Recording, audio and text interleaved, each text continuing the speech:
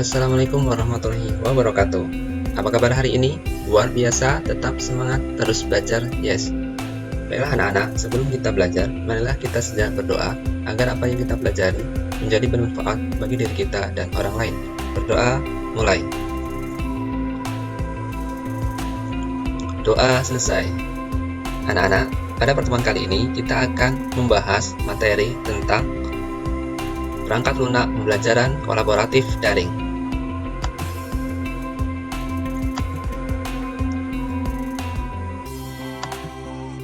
Pada akhir pembelajaran, kalian diharapkan mampu menjelaskan keunggulan pembelajaran jarak jauh, menerapkan prosedur pendaftaran sebagai siswa dalam kelas maya, memilih fitur yang tepat dalam aktivitas khusus sesuai perintah guru, melaksanakan tugas secara daring, menggunakan materi pelajaran, file, atau sumber belajar daring.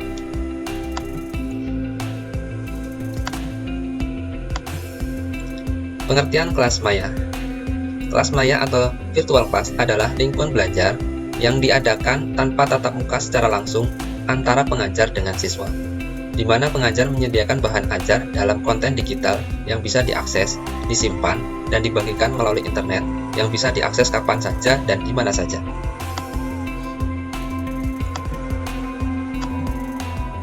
Jenis-jenis kelas maya.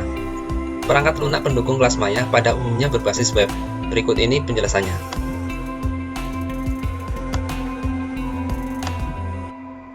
Yang pertama adalah Learning Management System atau LMS, yaitu software atau perangkat lunak yang digunakan untuk merencanakan, mengirim, serta mengolah kegiatan pembelajaran. Selain itu, juga berguna untuk keperluan dokumentasi, laporan kegiatan, administrasi, dan materi. Dan semua itu berjalan menggunakan internet atau online. Aplikasi LMS dibagi menjadi dua, yaitu LMS Proprietary seperti Saba, Software, Apex Learning, Blackboard, Intralearn, SAP, Enterprise Learning. Yang kedua, LMS Open Source seperti Tutor, Docus.lrn, Freestyle Learning, Ilias, Learn Capa, Moodle, OpenACS, OpenOSS, Sakai, dan lain-lain.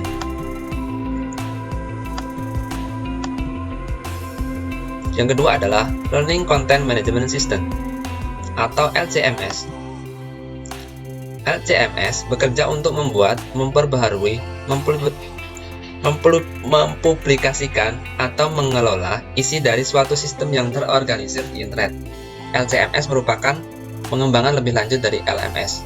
Selain itu, LCMS juga digunakan untuk mengawasi, menyediakan, merincikan, dan melakukan publikasi dokumen yang spesifik, misalnya artikel, panduan, dan brosur penjualan. LCMS bisa berisi file komputer yang berupa audio, video, gambar, dokumen elektronik, dan isi web. Contohnya adalah Claroline eDoSeo Solution.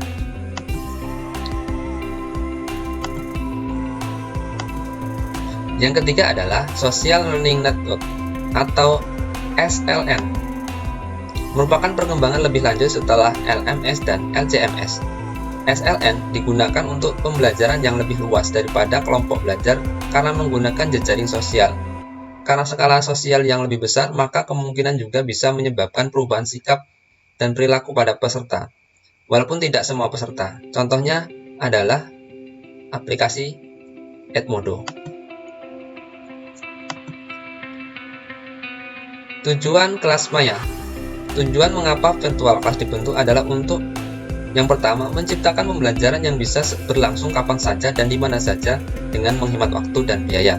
Yang kedua, meningkatkan keterampilan penggunaan teknologi IT siswa sehingga siswa lebih kreatif sekaligus bisa menambah minat siswa untuk belajar. Yang ketiga, lebih memaksimalkan kemampuan pribadi masing-masing walaupun di luar kelas tatap muka atau kelas langsung. Manfaat kelas maya. Yang pertama adalah materi lebih luas dan beragam. Yang kedua, pembelajaran disesuaikan berdasarkan kebutuhan siswa. Yang ketiga, mempersingkat waktu tanpa perlu pergi ke kelas. Yang keempat, mengurangi belajar bergantung pada buku teks dan lebih relevan dengan dunia luar. Yang kelima, menghemat kertas. Yang keenam, peduli global warming. Jadi, siswa tidak perlu menggunakan kendaraan bermotor untuk belajar.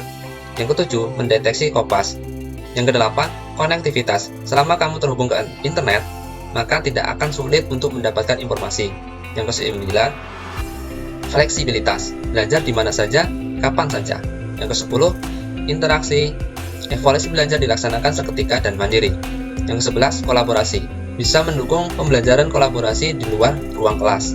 Yang ke-12, kesempatan pengembangan. Konten digital terus dikembangkan sehingga bisa memperkaya pembelajaran dalam kelas konvensional.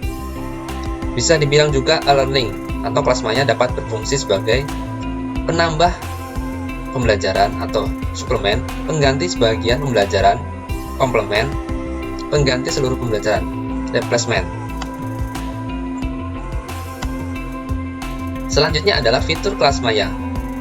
Fitur kelas mempunyai fitur-fitur yang menarik dan tentunya mudah kita dalam proses pembelajaran. Fitur tersebut yaitu konten yang terkait relevan dengan tujuan belajar, menggunakan metode instruksional, misalnya langsung contoh dan praktek untuk membantu siswa belajar. Menggunakan gambar dan kalimat sebagai elemen media untuk menyebar konten dan metode belajar. Pembelajaran bisa terjadi secara langsung dengan instruktur maupun secara individu atau otodidak. Yang terakhir, menambah wawasan serta teknik baru yang bertujuan untuk mewujudkan tujuan belajar.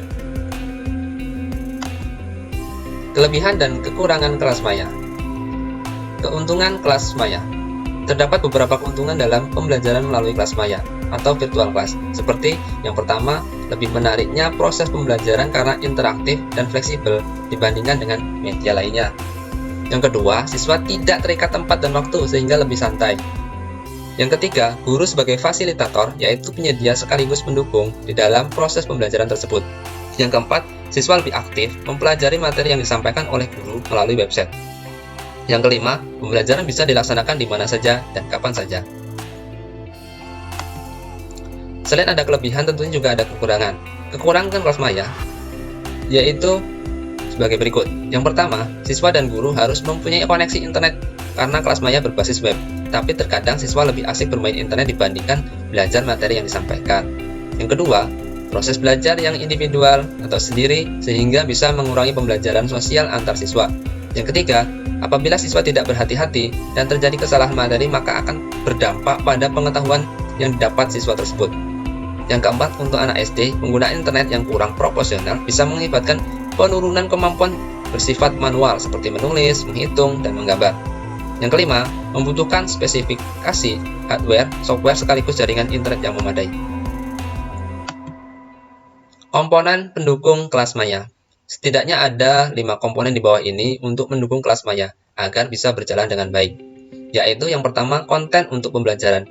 Berhubung pembelajaran dilakukan tanpa tatap muka, jadi guru harus memberikan materi konten untuk siswanya. Yang kedua, perangkat keras atau hardware, berupa komputer, laptop, tablet, maupun smartphone. Yang ketiga, perangkat lunak atau software, seperti LMS, LCMS, dan SLN, yang sudah kita jelaskan di atas. Yang keempat, strategi komunikasi, menyangkut bagaimana siswa mengikuti pembelajaran, mengerjakan tugas, dan mengikuti ujian.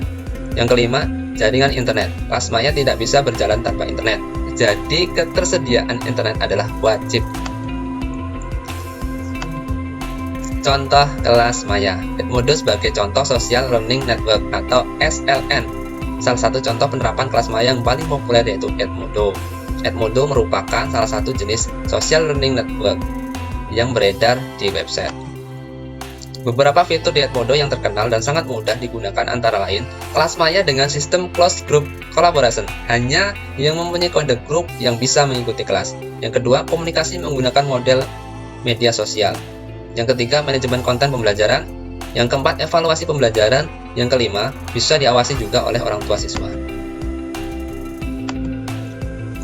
Nah, itu tadi telah kita pelajari bersama materi tentang perangkat lunak pembelajaran kolaboratif daring. Semoga bermanfaat. Bagi anak-anak yang belum paham, silahkan tinggalkan komentar di bawah. Demikian, terima kasih. Saya akhiri. Wassalamualaikum warahmatullahi wabarakatuh.